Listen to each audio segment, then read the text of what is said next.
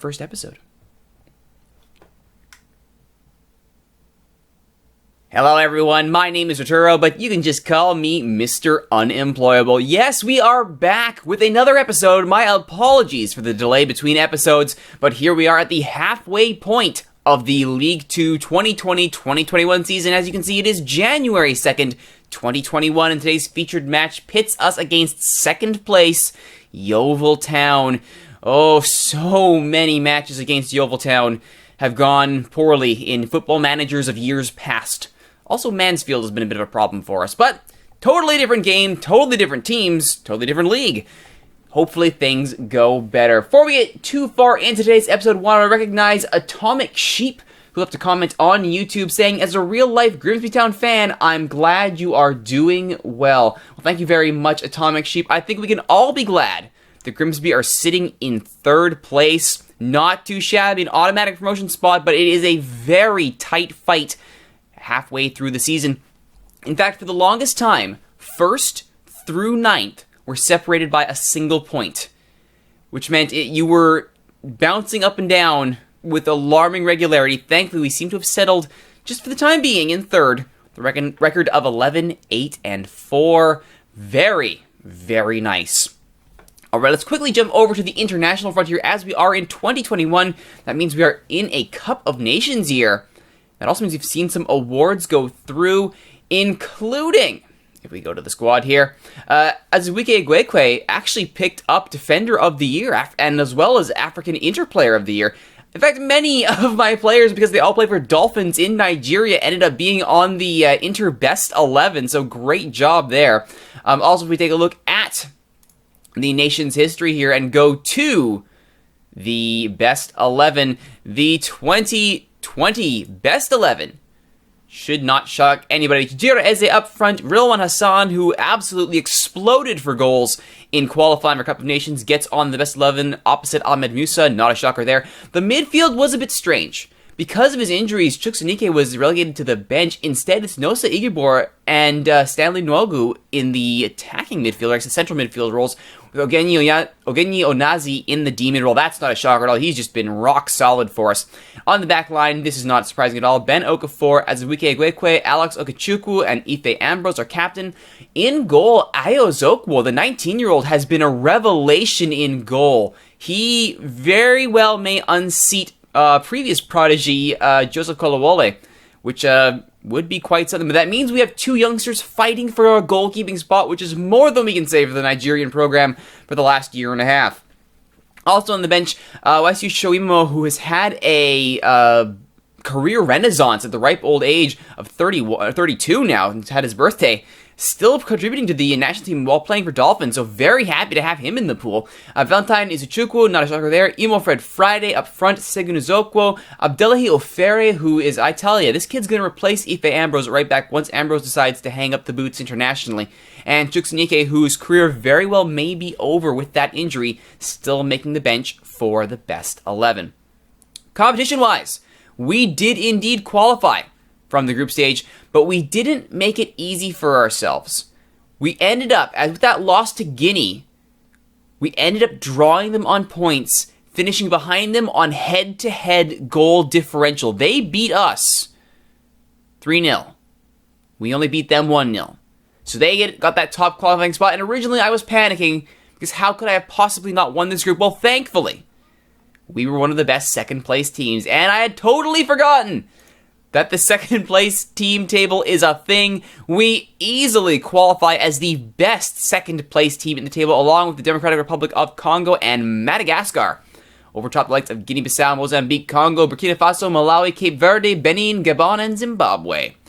Now, as you probably saw from the competition screen, this is our group for Cup of Nations.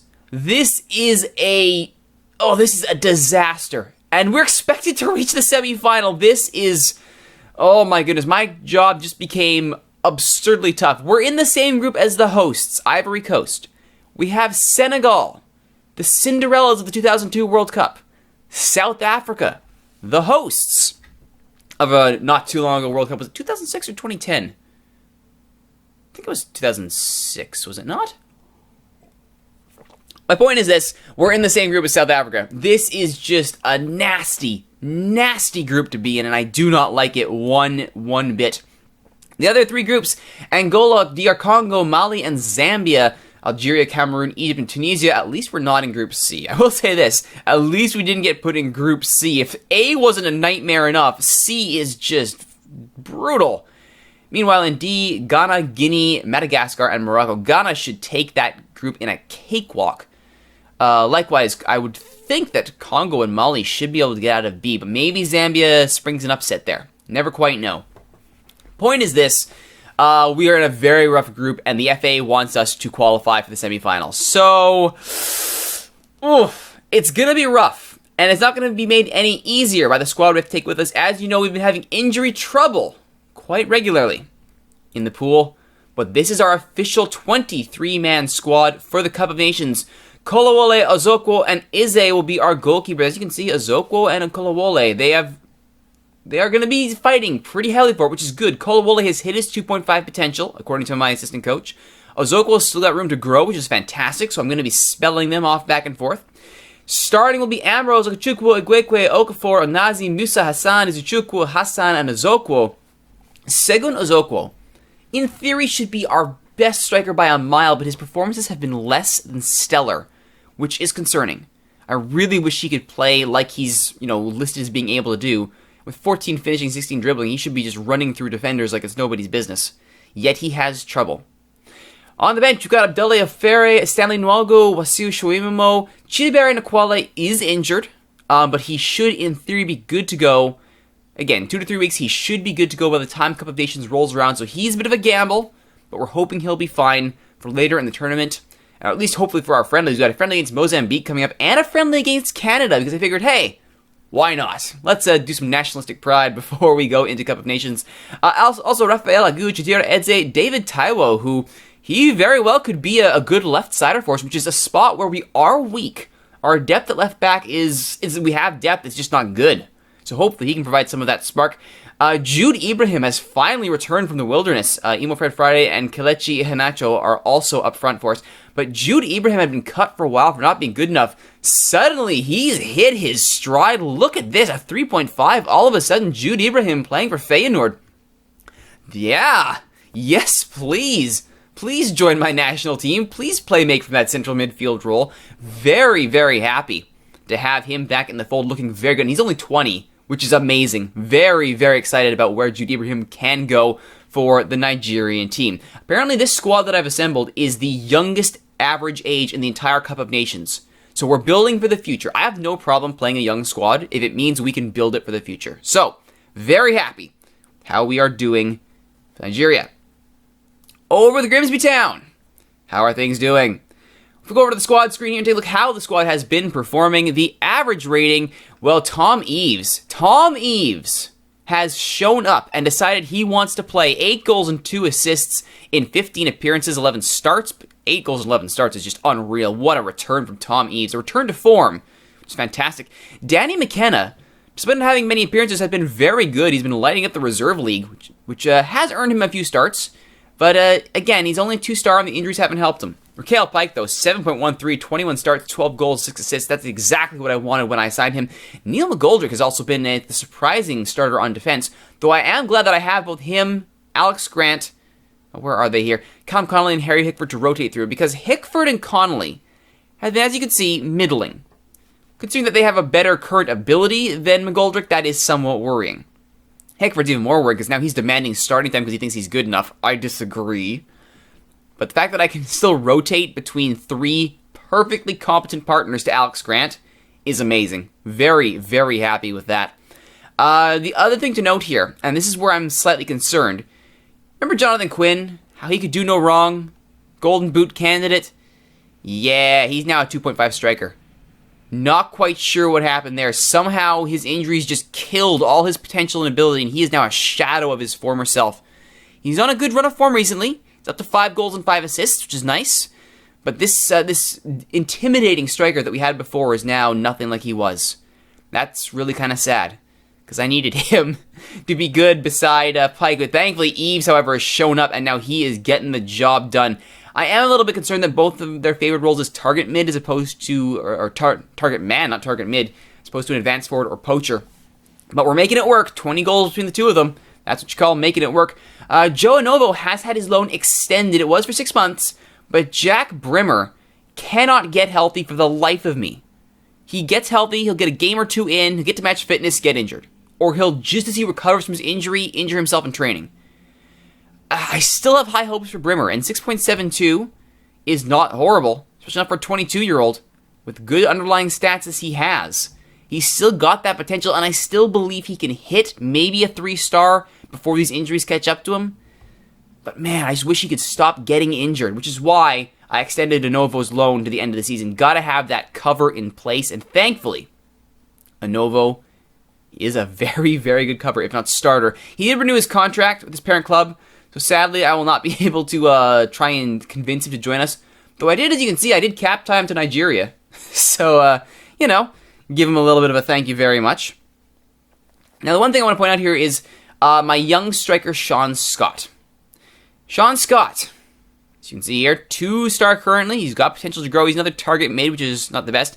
Is on absolutely wicked form. 6 goals in 19 appearances, 9 of them starts. Fantastic job by the youngster Sean Scott. There we go.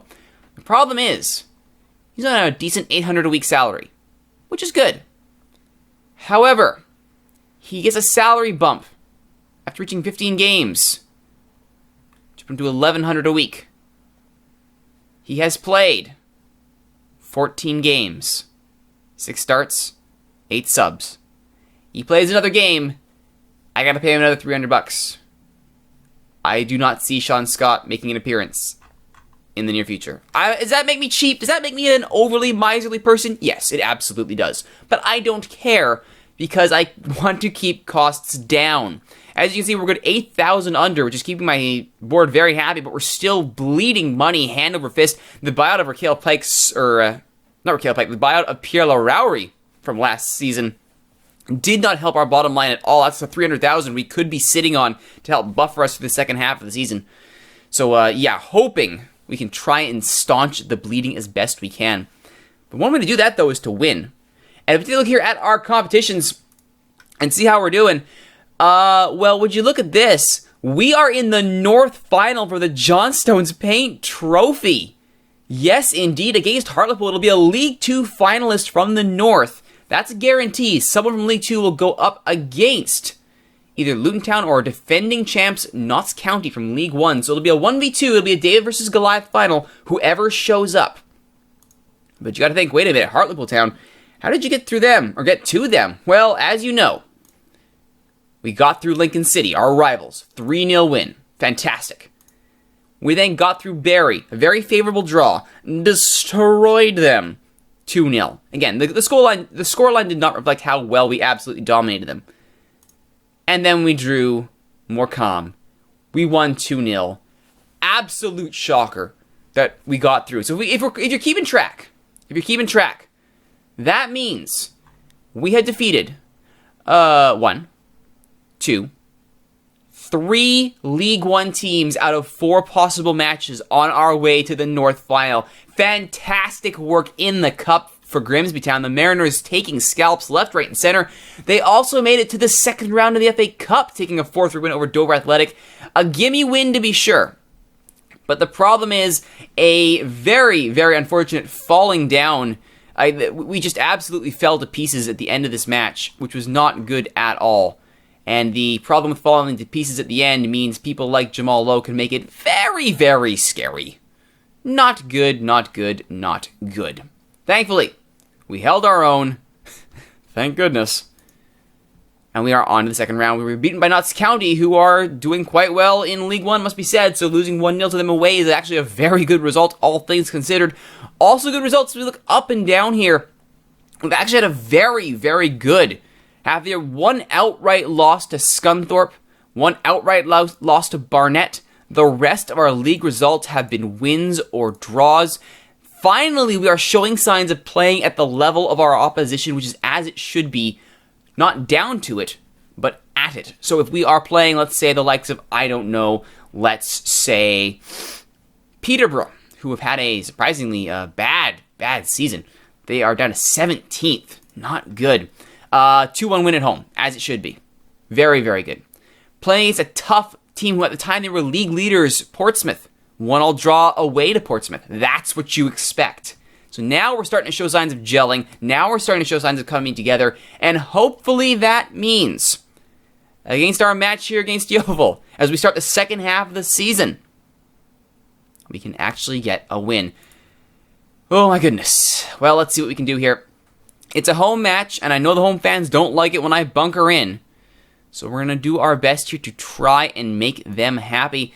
We're going to go with the 4-4-2 narrow diamond. I don't think anything's going to change there. Sean Scott. Do I actually want to pay him? Because that's the thing, right? He's certainly proved that he can play. But I don't know. Against Yeovil Town, just for expediency, not for expediency, but I mean, practically speaking, I can't play a youngster against that good of a team, expect a result. So he will hit the bench. Brannigan has been on a low run of form. We're going to see if he can get his acting gear while Ceylon recovers from his injury. Rian Caro has been a great pickup for us, man. I can't believe we got him on a trial day. Amazing. McCourt, he's done well to hold off Ainley, though injury has helped that Ainley just recovering from his latest injury. Novo, of course, in D-mid. Robson, Grant, Hickford, and Francis, which is rapidly becoming our first choice starting four on the back. Hickford, though, more out of his winding than any actual ability, though he is getting better. That must be said. He's up to 2.5. And McEwen, our rock-solid defender in the back. Let's go to the bench. A win here would be great. A win here, a loss from Scunthorpe, would only leave us level on points. Slowly close that gap. Regardless, a win over Yeovil Town means we pass them. Take second place. Which would be fantastic. Yes, Kofi Apia. He has burned us so many times. Keep an eye on as many of these people as possible here. Alright, let's go with that. Pick up where we left off. Yes, we left off with a 3-0 win over Rockdale. Is it Rochdale or Rockdale? Regardless, it was a 3-0 win. And on a confident result like that, I want to see similar performance, please and thank you. Alright, they're buying what I'm selling. Here we go. Grimsby in their black and white, Yeovil in their green and white, in front of the Blundell Park faithful. Let's see what we can put together here. Sloppy opening. Looks like we retain possession.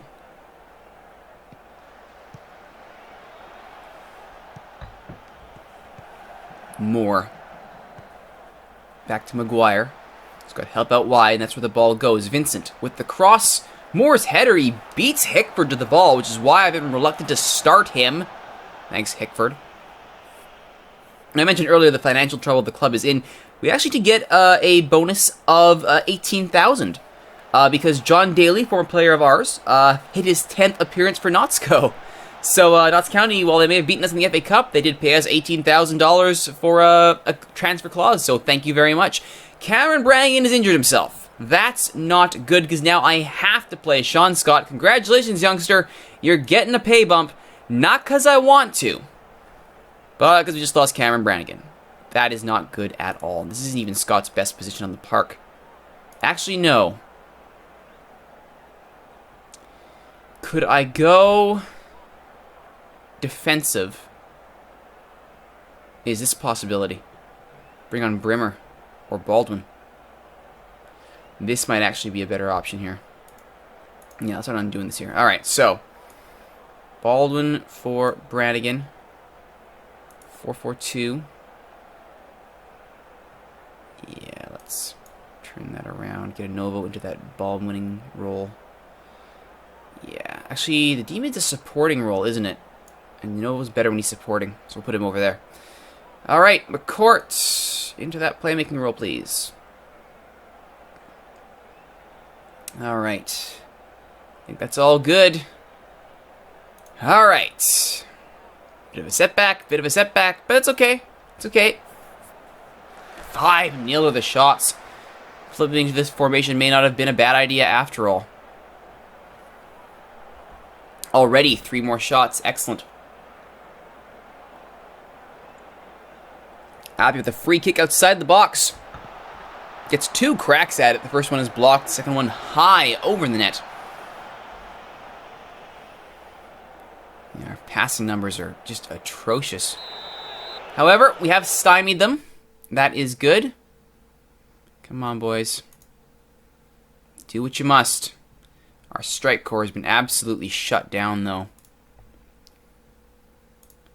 I do want to bring on Brimmer at some point. Push Baldwin up to Carroll's role and let him have a seat. Actually, Carroll or McCourt. Carroll's actually proven to be a surprisingly competent backup for McCourt in that central role. So I may just drop McCourt if he continues to sit at a 6.4. Either way, Brimmer is definitely coming in. He needs to get back to fitness and hopefully not get injured this time. Oh, Hickford didn't miss a header. Well done.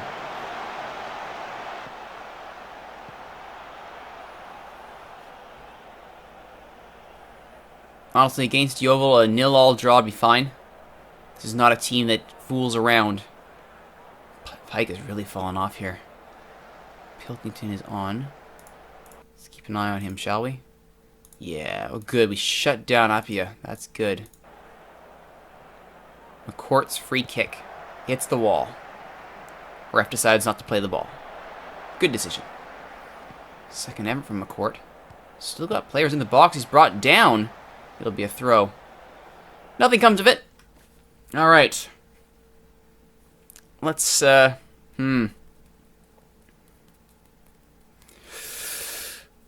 Okay. Yeah, I think we'll do that. So, McCourt for Brimmer. Brimmer takes the role of Baldwin. Good.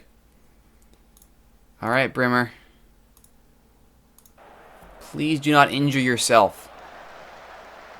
That is a direct plea from me to you.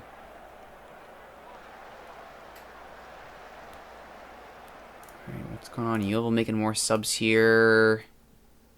On defense and midfield, looks like. So they're happy with their attackers. If they're not happy, they're going to be stuck with them. I've still got a sub in my pocket. Uneventful match, but uneventful means a point at the end of the day. Pilkington. Near post flick on off the bar! Scramble in front of the goal crease! And thankfully it stays out. That was very nearly a disaster. Thankfully, through the maze of legs and bodies, the ball stays out of the net.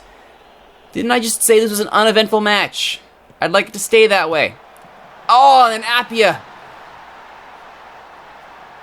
Oh, that's horrible. Alright. I hate the fact that I'm going to have to bring you on. But I need an attacking option, and Eves looks gassed. I didn't want to have to pay you more, kid. But you're going to have to do it now. Not good. Not good. Got lucky on that first one. So what happened here? Appia Anovo. Not there with the marking. Neither was Hickford. Oh, shocking! Hickford lacks on his marking duties. Horrible. Alright, well we gotta go in attacking mode now here. See if we can salvage a point. My fullbacks continue to rack up the cards. Not something I like to see. Do not like seeing my my fullbacks rack up the cards.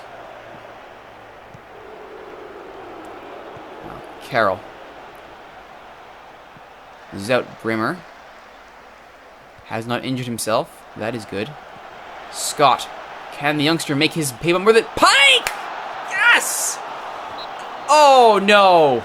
No, no, no, no, no, no, no, no, no, no, no, no. Oh, why? Why would you team like that? How close was it? Oh, that fullback just kept him on. Or offside, I should say. That's depressing.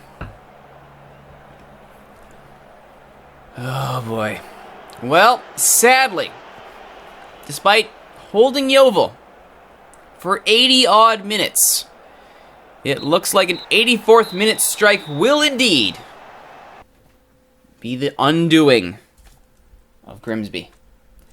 Unfortunate. We were unlucky, though, I would say. Losing Brannigan to injury didn't help us at all.